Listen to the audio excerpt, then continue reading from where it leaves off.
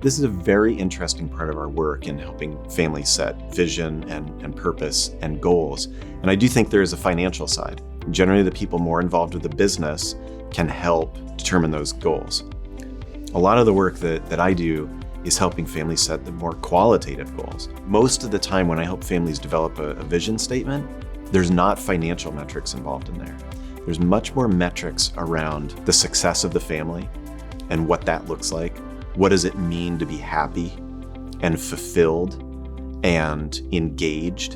And so a lot of those statements, maybe they're 1 to 3 sentences, they're pretty tight, but they really are getting at family happiness, family harmony, success and engagement of a lot of different people.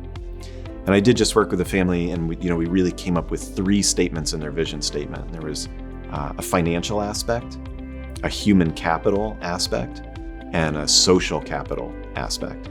The financial is kind of obvious. We're looking at financial goals, but even in the family statement, there weren't numbers in there, but it was the success of the business, sustained growth. The human capital is really how do we develop our family to be contributing, healthy, happy people, and continue to want to do this together as a family.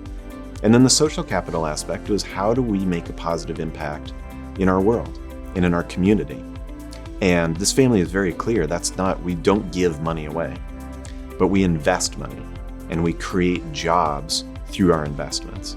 And we make a difference in our communities by creating long-lasting jobs through our enterprise. I thought it was a really cool way to approach it with financial, human, and social capital focus. And so that really came about as a result of a lot of collaborative conversations.